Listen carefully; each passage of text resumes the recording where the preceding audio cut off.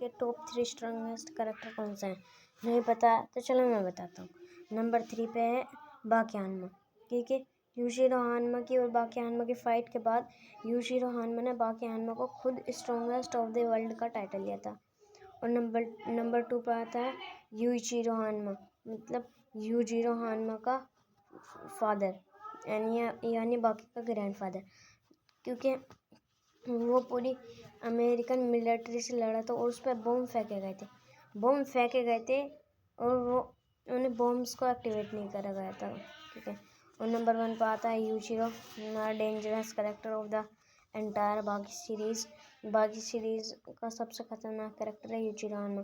वो भी अपने टीनेजर ईयर्स में लड़ा था पूरे अमेरिकन मिलिट्री से और उसके ऊपर बम्स फेंके गए थे।